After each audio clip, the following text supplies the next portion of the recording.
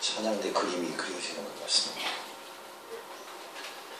오늘 본문 말씀을 우리가 공독하면서 들으셨습니다. 너희에게 구주가 나셨으니 곧 큰 기쁨의 소식이라, 이렇게 오늘 이 말씀하고 있습니다. 누가 사도의 귀한 전함, 오늘 우리들에게까지 이렇게 크게 축복의 메시지로 우리 들려집니다. 큰 기쁨의 좋은 소식. 이 큰 기쁨의 좋은 소식을 들은 사람은 누구일까? 또 어떤 사람이 그런 큰 기쁨의 좋은 소식을 들었을까? 함께 생각하는 그런 은혜의 시간이 되기를 바랍니다. 성경에 보면 하나님은 그 하나님의 뜻을 전달하시기 위해서 사람들을 부르시고 또 그 사람을 통해서 하나님의 뜻을 전하셨다는 것을 우리가 말씀 가운데서 보게 됩니다.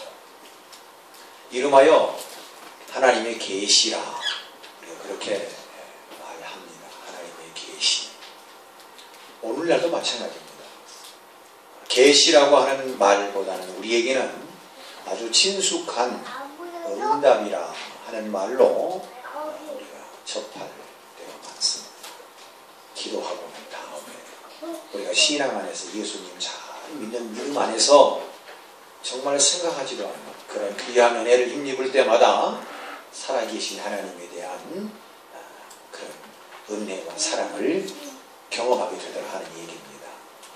오늘 이 성탄 기쁨에, 이 기쁨의 좋은 소식 앞에 우리 모두가, 저와 여러분 모두가 기쁨의 좋은 소식을 듣는, 하나님의 메시지 앞에 응답을 받는 그런 축복의 시간 되시기를 주님의 이름으로 축원합니다. 삶을 단순하게 만드는 소위 버리기 경영법이라고 하는 그런 어떤 법칙, 룰이 있다고 합니다. 여러분 한번 들어보십시오. 1년 이상 안 쓴 물건은 처분하라. 1년 이상 안 쓴 물건은 더 두어도 소용없다. 버리든 나누든 기부하든 어떤 식으로라도 처분하라. 사람은 죄입니다. 1년 동안 안 쓰는 것은 처분하든지 나누든지 어떤 식으로든지 버리라는 겁니다. 두 번째는 하나를 사면 하나를 버릴 각오를 하라. 그래야 잡동사니가 안 쌓인다. 버리기 아까우면 차라리 그걸 더 써라. 여러분 가정 한번, 여러분의 방을 한번 살펴보세요. 세 번째는 약속을 잘라라. 끊으라는 말이에요. 오라는 데는 없어도 갈 데는 많다. 늘 이 사람 저 사람 만나는 일로 바빠도 실속이 없다는 거예요. 실속이 없는 당신. 스케줄이나 약속 체계를 대수술해야 된다. 대수술. 작게 건들면 안 되고 대수술을 해야 된다. 이것이 버리기 경영법 중에 세 번째 해당되는 거예요. 7가지가 있는데 한번 들어보세요. 네 번째, 수첩에서 이름을 지워라. 인맥이 넓은 것도 좋지만 깊고 돈독한 사이로 발전하지 못할 관계는 과감하게 정리하라. 네. 무슨 뜻인지 이러시죠. 5번째, 정보를 버려라. 지나친 정보는 새 정보를 받아들이는데 방해가 되고 시간도 더 많이 빼앗긴다. 6번째, 일은 집 밖에서 하라. 집에서까지 일을 한다면 편하게 쉴 틈은 과연 언제인가? 게다가 잘못하면 식구들에게 무능해 보일 수 있다. 회사 일 집에 가지고 와서 하지 말라 그 말이에요. 자, 7번째 마지막입니다. 복잡하다와 바쁘다는 말을 버려라. 세상은 복잡해질수록 단순해지는 게 좋고 바쁠수록 느리게 사는 현명함이 필요하다. 여러분 삶을 살아가시면서 어때요? 이 버리는 경영법 7가지 들어보니까 여러분 삶에 좀 적용할 만한 그런 부분도 없잖아. 있으리라고 저는 생각이 되어집니다. 저도 마찬가지입니다. 지저분한 것들을 치우고 버거운 것들을 버리고 처리 곤란한 것들을 나눠서 처분할 때 여러분 우리의 몸무게 체중의 감량이 일어나는 것처럼 우리의 삶도요 얼마나 가벼워지는지 모릅니다. 여러분 오늘 이 뜻깊은 성탄절에 좀 내려놓고 버릴 거 버리고 좀 우리 삶의 정리가 좀 필요하지 않을까 싶어서 제가 이렇게 버리기 경영법 말씀을 좀 드렸습니다. 여러분 연말이 다가옵니다. 여러분 집 또 여러분 어떤 삶의 형편에 있든지 간에 좀 정리할 거 정리하고 내려놓고 버리고 나누고 또 기부하고 할 거 우리가 좀 하면서 좀 홀가분한 마음으로 성탄절을 맞고 가벼운 마음으로 또 이 연말 또 새로운 새해를 맞이하시기를 바랍니다.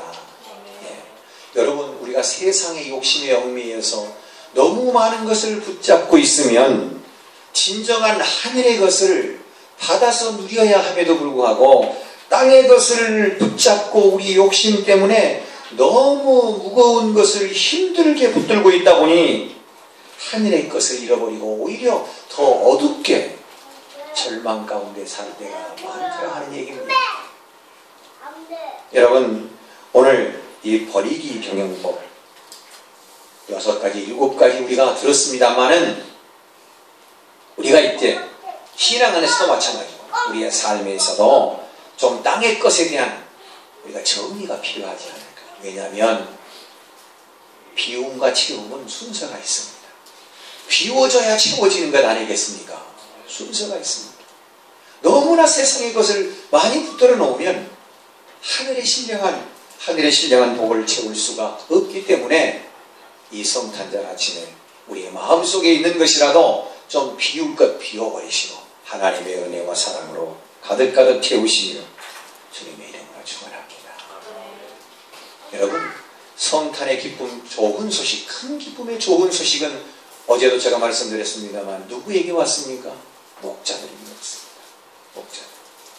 여러분 8절의 말씀을 보십시오. 8절 그 지역의 목자들이 밤에 밖에서 자기 양떼를 지키더니 그랬습니다. 여러분 당시 유대 사회에서는요 그 양을 치는 목동은 부정하게 보았습니다. 천한 것뿐만 아니라 천한 것을 넘어서서 부정하게 봤어요. 왜 그러냐면 구약시대는 유대인들 히브리인들 이스라엘 공동체 속에 들어오지 않으면 이건 다 부정하고 정결하지 못한 것으로 간주했습니다. 혹 그 공동체 안에 부정한 어떠한 원인이 될 만한 어떠한 것도 용납하지 않았습니다.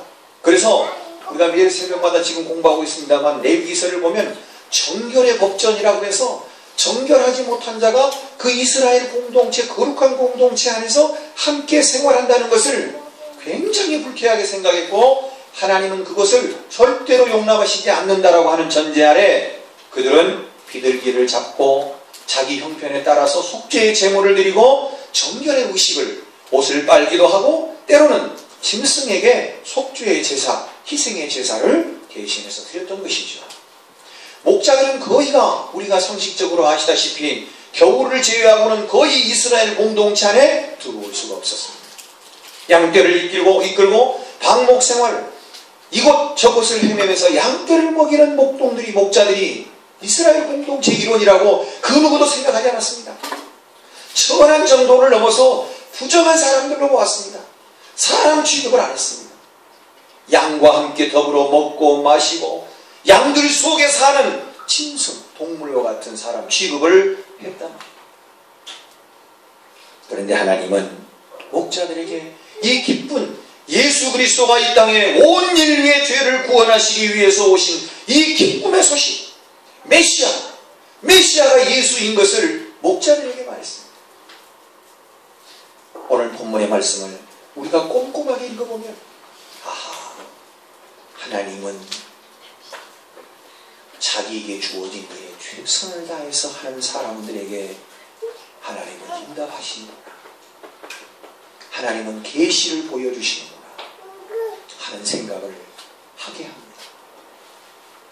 그 지역의 목자들이 한밤중에 밖에서 양을 지킬 때 천사가 그들에게 베들레헴에 예수님이, 아기 예수님이 우리를 구원하시기 위해서 오셨다, 메시아가 오셨다, 천사들이 목자들에게 일러준 것이죠. 사랑하는 성도 여러분, 오늘 이 성탄절을 뜻깊은 날에 바라기는 우리 모두가 일하는 일꾼 되시기를 축원합니다. 여러분, 꾼은 아시는 대로 전문가 아니겠습니까? 꾼. 그 분야의 전문성이 있다 그럴 때 꾼을 붙이지 않습니까? 말 잘하는 사람을 말꾼, 방해를 잘하는 사람을 방해꾼, 구경만 하고 다니는 사람을 구경꾼, 말만 잘하는 사람을 말꾼. 그 분야에 좀 잘한다는 거죠. 일을 잘하는 사람은 뭘까요? 일. 저와 여러분이 하나님의 일꾼 되시기를 축원합니다. 하나님의 일꾼은 사람의 평가를 염려하지 않습니다. 여러분, 잠언 29장을 보니까요, 사람을 두려워하면 올무에 시우려니와 하나님을 두려워하면 안전하니라. 할렐루야. 하나님의 일꾼은요, 사람이 나를 어떻게 평가해 주는 것에 관심과 기준을 두는 게 아니라 하나님께서 내게 주신 사명, 내게 주신 일을 최선을 다해서 밤이 새도록 잠을 자지 않고 양떼를 지키는 목자처럼 하나님의 일을 묵묵히 하는 충성스러운 일꾼에게 하나님은 계시를 주시고 기쁨의 좋은 소식을, 우리의 응답을 허락하시는 줄로 믿습니다. 성탄절 아침 또 맞이하는 2013년에 여러분, 우리가 일하는 일꾼 되십시다. 네. 직장 생활에서도 여러분 최선을 다하십시오. 예수 믿는 사람이 뭐 저래, 예수 믿는 사람이 저렇게 농땡이 치고, 예수 믿는 사람이 성실하지고, 이런 소리 들어서는 하나님 영광이 가려워져요. 공부도 열심히 하십시오. 주어진 일에 최선을 다하는 것이 하나님의 영광을 드러내는 것입니다.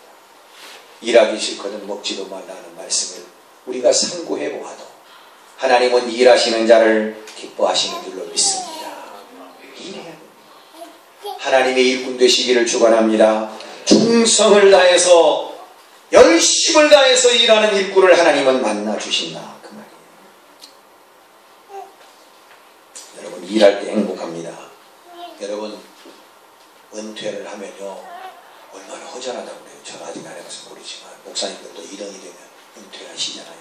직장생활도 여러분 56, 7세 되면 직장에서 정년되잖아요.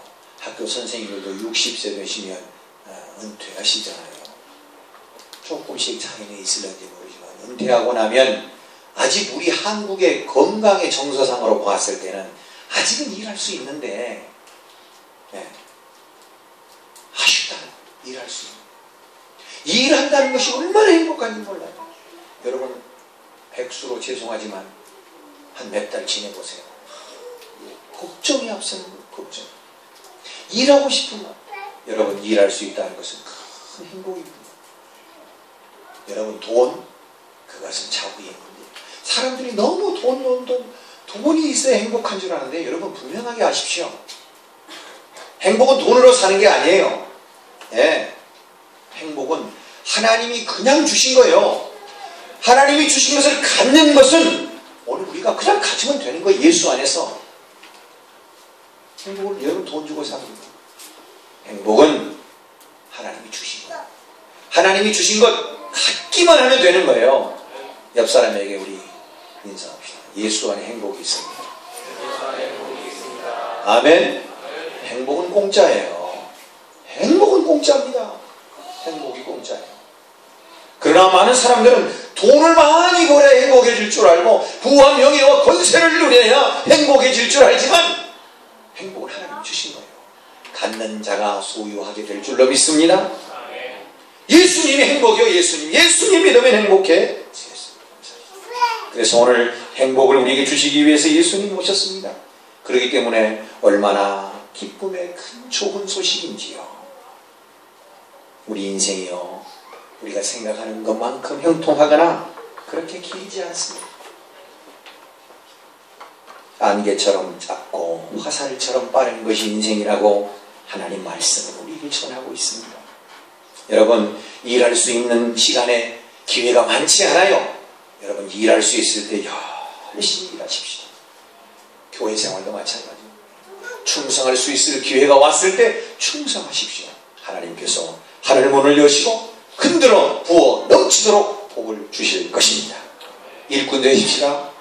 주님의 성탄에 일하는 일꾼 될 때 하나님께서 우리에게 계시를 주시고 하나님께서 우리에게 응답을 주십니다. 일할 때 목자가 밤새도록 양떼를 지킬 때 하나님께서 전사를 통해서 베들레헴 땅에 메시아가 왔다고 하는 것을 제일 먼저 일하는 일꾼인 양떼들에게, 사람들의 시선은 아직 아랑곳하지 않고, 아니 사람들은 그 사람들이 전하고 박하라고 하는 그런 생각을 뛰어넘고 부정적인 사고를 가지고 있는 이 목자들에게 계시를 보여주셨잖아요.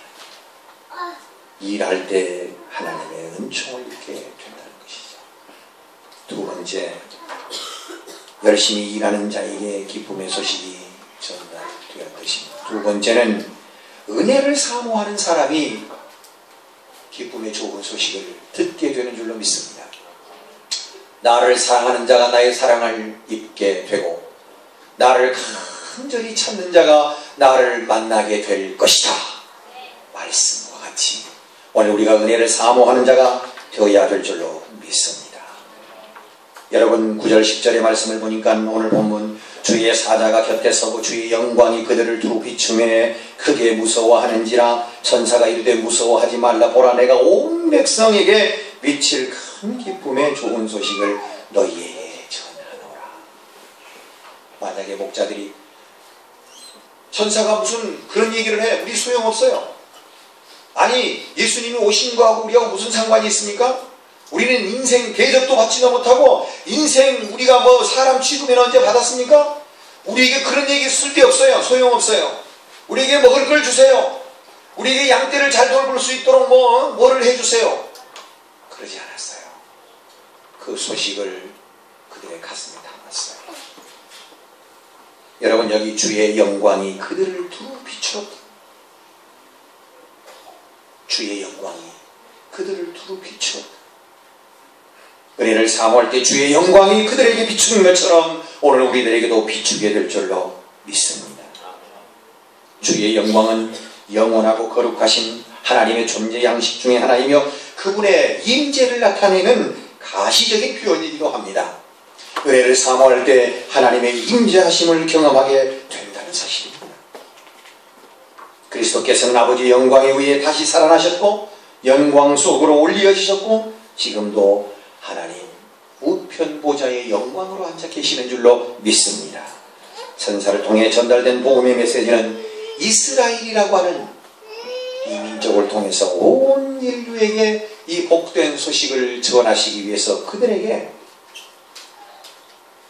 미천한 자들에게 주의 복음의 기쁜 소식을 전달한 줄로 압니다.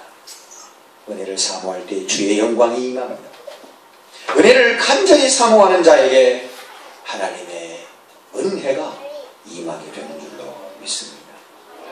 하나님은 사람을 쓰실 때 반드시 은혜를 먼저 주십니다. 은혜를 베푸신다는 말이에요. 내 힘과 지혜로는 결단코 하나님의 일을 잘할 수가 없어요. 반드시 우리 인생은 한계가 있고 시험을 때로는 당할 때가 있습니다. 은혜를 받아야만 은혜스럽게 일을 잘할 수 있어요. 여러분, 교회 일 아무나 하는 거 아니에요. 저는 그렇게 생각합니다. 은혜를 받아야 일을 할 수 있어요. 말씀에 기록된 것과 같이 우리가 하나님의 일을 할 때는 누구든지 주께 하듯 하고 주님께 하듯 하고 내가 무슨 일을 하든지 하나님이 내게 주신 힘으로 하는 것처럼 하라. 내가 잘나서 내가 능력이 많아서 내가 출중 재능이 많아서가 아니라 그래도 많을지라도 누가 봐도 아이고 훌륭하시다, 저분 정말로 대단하시다, 그렇게 말을 하고 그런 소리를 들을지라도 내 자신은 주님이 나에게 이런 능력 주시고 주님이 나에게 이런 재능을 주시고 주님이 나에게 이런 힘을 주시고 주님이 나에게 이런 건강을 주셔서 하는 것이지.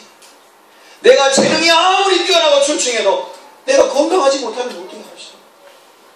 내 환경이 허락하지 않으면 할 수 없어.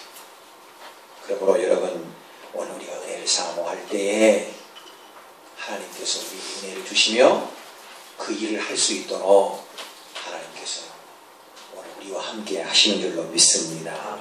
은혜 받은 자가 일을 할 수 있습니다. 여러분, 무슨 일을 하든지 주님께 하시고 어떤 일을 하시든지 주님이 주신 힘으로 하시는 것처럼 그렇게 하시기를 바랍니다. 사람이 한평생을 사노라면 예상하지 못한 절망에 빠지는 경우들이 간혹 있다고 하지요. 자기 자신에 대하여 진지하면 진지할수록, 정직하고자 하면 할수록 우리는 약한 자신에 대하여 절망하게 됩니다. 여러분, 우리가 너무나 잘 아시는 철학자 키에르케고르는 덴마크의 출신, 그분은 죽음에 이르는 병이라는 책을 썼죠. 그 책의 내용 우리가 너무나 잘 아시지 않습니까? 인간 육체의 질병은 인간을 죽음에 이르게 하지 않는다. 영원을 사모하는 사람에게 육체의 죽음은 새로운 생명의 시작이기 때문이다. 진정으로 두려워해야 할 죽음에 이르는 질병은 정신의 질병, 곧 절망의 병이다. 그렇게 얘기하면서 그는 그 책 가운데서 절망에 대한 두 가지를 피력하고 있습니다. 그 첫째는 어떤 무엇인가에 대한, 뭔지는 알지 못하지만 그 어떤 무엇인가에 대한 절망 속에 사로잡혀 있고, 이것이 인생을 병들게 한다는 거예요. 또 하나는 자기 자신에 대한 절망이 있다는 거예요. 사람은. 근데 여러분, 그리스도인은요, 자기 자신은요, 귀한 존재인 것을 여러분 아시기를 바랍니다. 하나님이 여러분, 우리가 어떤 상황에 놓였든지 간에 하나님은 나를 가장 사랑하시고 하나님은 나를 가장 귀하게 여기신다는 것을 잊지 마시기 바랍니다. 그 누가 뭐라 그래도, 누가 나를 어떻게 생각하고 평가할지라도 하나님은 나를 어떻게 만드셨는가, 예수님이 돌아가시기까지 나를 사랑한 존재라는 것을 잊지 마시기를 축원합니다. 키에르케고르는 그렇게 얘기했어요. 어떤 것인지 모르지만 그것에 대한 절망이 하나 있고, 여러분, 거기는 여러 가지 있을 수 있지 않겠습니까? 경우에 따라서는 권력이 될 수 있고, 부가 될 수 있고, 건강에 대해 될 수 있고, 여러 가지 있을 수 있지 않겠어요? 그러나 그 절망, 그것 때문에 인생을 망치고. 두 번째는 자기 자신에 대해서. 여러분, 늘 힘들고 어려울 때, 그래, 난 할 수 있어. 하나님이 나와 함께 하시. 나는 하나님의 자녀야. 하나님의 거룩한 백성이야. 하나님은 나와 함께 하셔. 아니야, 반드시 하나님 좋은 길을 열어주실 거야. 입술의 고백이 중요함이라 생각합니다. 사랑하는 성도 여러분, 오늘 마지막 세 번째입니다. 첫 번째는 일하는 일꾼이 됩시다. 두 번째는 은혜를 사모합시다. 세 번째는 예수 그리스도를 믿는 믿음의 사람이 되어야 합니다. 믿음의 사람이 될 때 하나님이 계시, 하나님의 응답을 받게 되거라 하는 얘기입니다. 2장 11절 오늘 본문의 말씀으로 돌아갑니다. 오늘 다윗의 동네에 너희를 위하여 구주가 나셨으니 곧 그리스도 주시니라. 다윗 동네는 주신이 아닙니다. 변들입니다. 미가서에 있는 대로 유대 땅 베들레헴아 너는 작은 고을일지라도, 작은 고을이 아니라 거기서 다스리는 자가 나와서 온 인류의 죄를 계속하시는 메시아가 오실 것을 예언을 암시하고 있습니다. 예수 그리스도는 영원전부터 그리스도와 주로 예정되셨습니다. 본체상 하나님이셨는데 그분은 인간의 몸을 입고 우리 인생의 죄와 죽음의 문제를 해결하시기 위해 이 땅에 왕같은 제사장 같은 선지자 같은 분으로 이 땅에 오신 줄로 믿습니다. 다윗의 동네 베들레헴에서 나신 메시아신 예수 그리스도를 믿는 것이 최고의 축복입니다. 인류 최고의 기쁜 소식은 예수 그리스도께서 이 땅에 오셨다는 것입니다. 오늘 우리가 얼마만큼 기뻐하고 있습니까? 믿지 않은 사람들도 성탄 기쁨을 누리는데 오늘 진정으로 우리가 누려야 할 기쁨의 성탄을 얼마나 우리는 생각하고 있습니다. 예수 잘 믿는 가정이 행복한 가정입니다. 예수 잘 믿으시기 바랍니다. 아무리 강조도 지나치면 큰 절망과 위기 앞에서 일어설 수 있는 건 신앙입니다. 믿음입니다. 더 중요한 건 하나님이 우리를 지켜주시고 어려운 가운데서 우리를 일으켜 세워주시는 것을 믿으시기를 축원합니다. 욥기서에 있는 너무나 주옥 같은 말씀, 그가 나의 가는 길을 아시나니 그가 나를 단련하신 후에는 천금같이 나오리라. 할렐루야. 욥의 고백이 우리의 고백이 되어지기를 축원합니다. 하나님을 향한 자, 하나님의 그 뜻대로 부르심을 입은 자들을 하나님은 모든 것이 합력하여 선을 이루시게 하는 놀라운 역사로 이끌어 가시는 줄을 믿으시기 바랍니다. 오늘 뜻깊은 성탄 기쁨의 소식 어떤 자들이 받았습니까? 첫 번째, 세상 사람들은 미천하고 세상 사람들은 사람 취급도 하지 않은, 그러나 그럼에도 불구하고 묵묵히 자기에게 주어진 일에 최선을 다하고 양떼를 밤새도록 지키는 목자들에게, 일하는 자에게 하나님은 계시를 보여주셨습니다. 두 번째, 은혜를 사모하는 자입니다.